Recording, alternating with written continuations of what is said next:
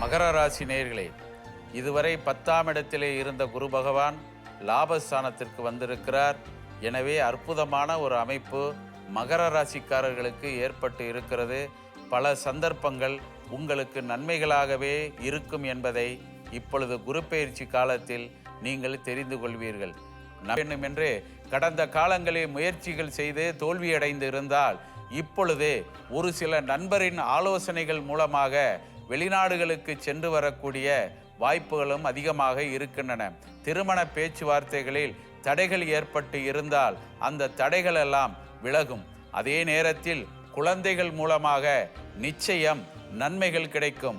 குழந்தைகளின் விஷயங்கள், குறிப்பாக கல்வி விஷயங்கள், திருமண விஷயங்களில் ஏதாவது முட்டுக்கட்டைகள் கடந்த காலத்தில் ஏற்பட்டு இருந்தால் இந்த குரு பெயர்ச்சியால் அந்த காரியங்களிலெல்லாம் நீங்கள் நினைத்தபடி வெற்றி நடை போடக்கூடிய வாய்ப்புகள் அதிகமாக இருக்கின்றன என்பதையும் நீங்கள் தெரிந்து கொள்ள வேண்டும். ஒரு சில நேரங்களில் வெளிநாட்டு பயணங்கள் எதிர்பாராத வகையில் நிச்சயமாக நல்ல எண்ணத்துடன் ஏற்படக்கூடிய வாய்ப்புகள் இருக்கின்றன.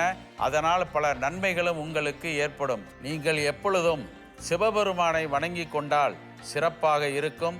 அதே நேரத்தில் நவரத்தினங்களில் நீலக்கல்லை அணிந்து கொள்ளுங்கள். வாழ்க்கை வெற்றியுடன் அமைந்திருக்கக்கூடிய நிலை ஏற்படும்.